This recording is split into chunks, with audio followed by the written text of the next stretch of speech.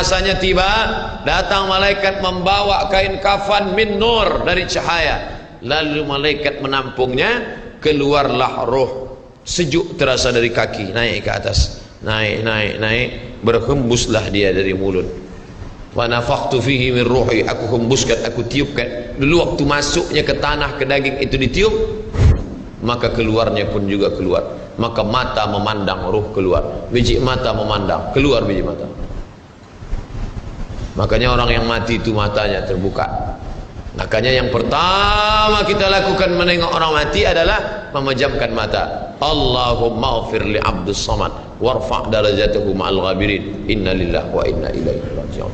Makanya saya jarang-jarang datang bila ada sebut, Ustaz ada orang meninggal dunia, sudah lama, baru sejam, nanti saya datang. Sebab apa? Saya takut nak pejamkan mata dia. Agak-agak sudah dipejamkan orang, baru saya datang. Saya datang, udah 3 jam, 4 jam, alhamdulillah saya datang. Belum tutup lagi. Iya. Kenapa? Menunggu Ustaz Somad. Paksalah saya tutup. Allahumma ighfir li fulan ibn fulan warfa' darajatahu ma'al ghabirin, inna lillahi wa inna ilaihi. Mana istri yang katanya sayang, kaulah bulan, kaulah bintang, setengah nafasku pergi, buah hati belayan jiwa. Ketika roh ada dari jasad, memang betul kata dia sayang, tapi manakala roh keluar dari jasad, dia pun takut menengok mata kita. Dia takut menengok kita. Dia takut jam pukul 2 malam, jam 1 tutup balik. Na'udzubillah. Begitulah kalau kematian sudah tiba. Sampai pada akhirnya dia tutup, innalillahi wa inna ilaihi raji'un. Selepas itu roh pun keluar, dibawa. Kalau dia baik, roh itu dibawa, dimasukkan ke dalam kain kafan min nur. Hadis riwayat Ahmad bin Hanbal. Lalu dibawa oleh malaikat sampai ke pintu langit. Malaikat bertanya, inikah orang yang amalnya selalu dibawa pagi, dibawa petang? Inikah orang yang amalnya selalu dibawa hari Kamis? Inikah amalnya yang selalu dibawa pada bulan nisfu Sya'ban? Ya, inilah orangnya. Kam min masyhurin fil ardi walam yakun ma'rufan fis sama. Bukan hadis. Berapa banyak orang yang namanya masyhur di bumi, tapi malaikat tak mengenal dia. Tapi berapa banyak orang yang tak masyhur di bumi, tapi malaikat mengenal dia. Mengapa? Karena amalnya pagi dan petang dibawa oleh malaikat. Orang ini mana? Belum datang. Orang ini mana? Belum datang. Orang ini mana? Belum datang. Disambut dia, disambut kedatangannya. Masya Allah, tabarakallah. Mudah-mudahan kita termasuk orang yang disambut oleh malaikat karena amal soleh kita. Maka bila saya datang di satu majlis, malam tadi datang di Shah Alam, orang menyambut ramai. Malam ini datang ke Masjid Muaz bin Jabal, ramai. Esok malam di Terengganu datang, tak tahu entah ramai entah tidak. Ramai.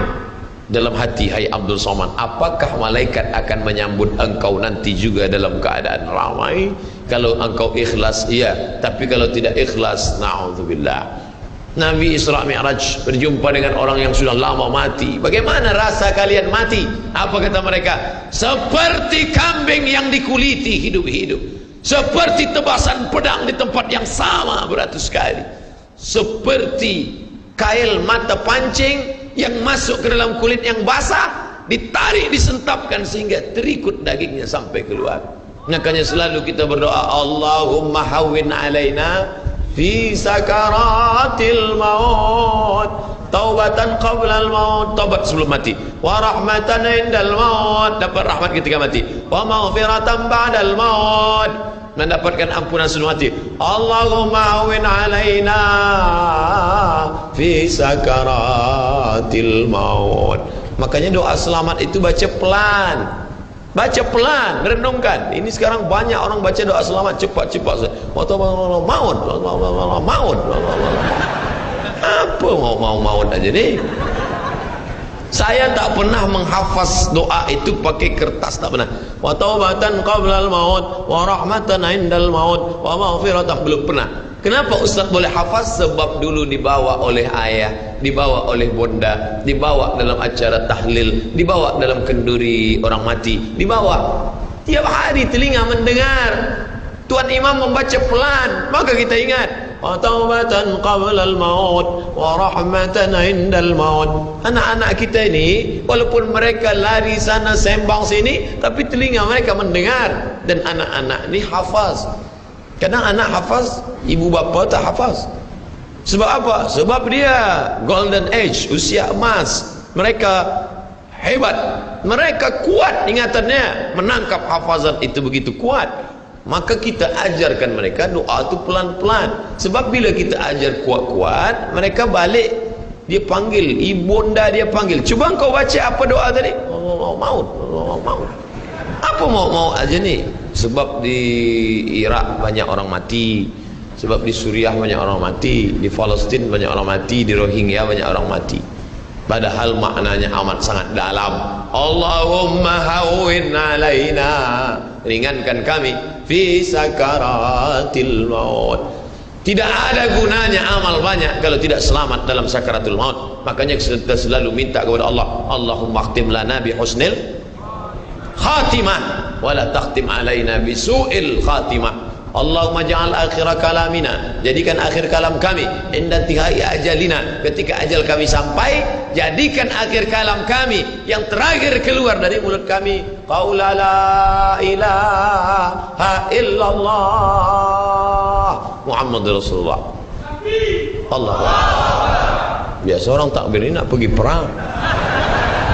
Menghadapi sakaratul maut penting juga takbir, sebab di situ banyak segala macam godaan-godaan. Datang syaitan membawa air, katanya menjelang sakaratul maut itu haus, panas, haus, maka datang syaitan membawa air. Engkau sebut nama aku bagi air. Mau? Kata dia. Mau? Engkau mau? Sebut nama aku.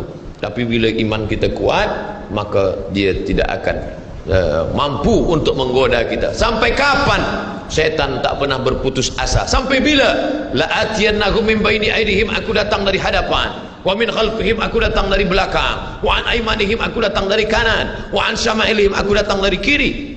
Datang dia, datang dari hadapan, datang dari belakang, datang dari kanan, datang dari kiri. Oleh sebab itu yang banyak tuan-tuan yang ada berada di sini, tolong berzikir semua. Subhanallah, subhanallah, subhanallah. Kenapa? Dengan zikir itu maka larilah jin-jin setan yang ingin mengganggu. La'ughwiyannahum, aku akan goda mereka, aku akan sesatkan mereka. Berapa lama? Madamat arwahuhum fi ajsadihim, selama ruh ada dalam jasad, aku tak akan pernah berhenti sampai akhir keluar jasadnya dalam keadaan mati, tidak menyebut Allah Subhanahu wa taala. Itulah punca mereka. Makanya kita selalu berzikir. Esok pagi terjaga dari tidur automatically, karena kita sudah programkan di kepala kita, manakala terbuka, alhamdulillahilladzi ahyana ba'da ma amatana wa ilaihi nusyur. Selapar-laparnya orang beriman, manakala dia tengok makanan, terus saja dia ingat Allah. Allahumma barik lana fi ma razaqtana wa qina azabannar. Tapi ada setengah umat Islam, bila dah kenyang saja baru ingat Allah. Alhamdulillah. Bila tak kenyang tak ada ingat Allah SWT. Na'udzubillah. Oleh sebab itu maka inilah hidup yang singkat ini. Bila pernah kita bersedekah, itulah yang akan menolong. Laula akhartani ila ajalin qarib, kalau engkau beri aku umur panjang ya Allah, apa yang akan kulakukan? Fa as-saddaqa, aku akan bersedekah. Wa akum minas salihin, aku ingin beramal saleh. Malam ini tajuknya Masya Allah, ini tazkirah terakhir, ini tazkirah akhir, last, dan tajuknya pun akhir pula. Mudah-mudahan ini tazkirah terakhir, tapi bukan terakhir bagi saya. Andai mati tidak masalah. Allahumma ja'al hayata ziyadatan li fi kulli khair. Kalau engkau takdirkan aku besok masih hidup ya Allah, jadikan hidupku itu ziyadatan li, sebagai amal tambahan. Kalau mati malam ini, Allahumma ja'alil mauta rahatan lana min kulli syarr. Kalau aku mati, maka kematian ini berhenti berbuat dosa. Orang beriman tak pernah sedih. Kalau dia mati, berhenti buat dosa. Kalau bertambah pahala. Andai Abdul Somad esok pagi masih hidup, bertambah pahala, dia akan tazkirah, dia akan bagi pelajaran. Andai Abdul Somad mati malam ini, alhamdulillah, berhenti melihat dosa. Dosa apa? Masuk airport, dosa. Masuk ke plane pesawat terbang, dosa. Dosa apa? Dosa mata. Takkan tak kita tengok? Mata terbuka, takkan kita tutup? Maka orang beriman sentiasa menjaga dirinya Tak pernah dia berkeluh kesah, tak pernah dia mencaci maki. Kenapa aku matikan aku ya Allah? Kenapa umurku pendek ya Allah? Ridha kepada Allah. Itu yang selalu kita katakan, raditu billah rabba wa bil islami dina wa bi Muhammadin nabiyyan wa rasula. Aku ridha. Ada yang lebih hebat daripada haji mabrur, ada yang lebih hebat daripada jihad fisabilillah, ada yang lebih hebat daripada zikir dan baca Quran. Apa dia? Ridha bi qada'illah, ridha menerima keputusan Allah. Makanya banyak lelaki yang ridha manakala meninggal istrinya, datang orang, apa tuan tak menangis? Aku ridha menerima ini, Ustaz. Memang dah lama aku tunggu-tunggu. Oh, ini bukan ridha, ini memang penyakit. Oleh sebab itu maka makna ridha adalah tak berkeluh kesah. Setelah orang masuk ke dalam surga, mendapatkan kenikmatan surga, Allah bertanya, "Madza turidun?" Hai penghuni surga, apa lagi yang kalian inginkan? Apa kata penghuni surga? Ridhaka.